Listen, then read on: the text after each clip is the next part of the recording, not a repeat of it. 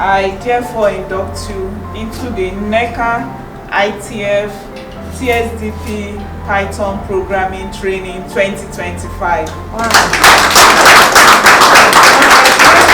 Congratulations.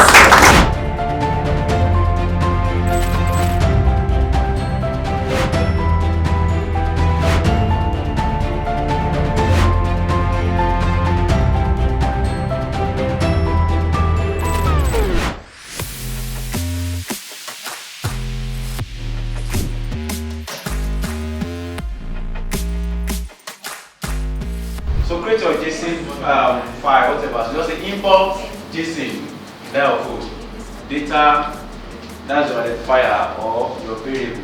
When you get your VS Code, check the top. You just create a new file there, a new text file, then save it as what? .json.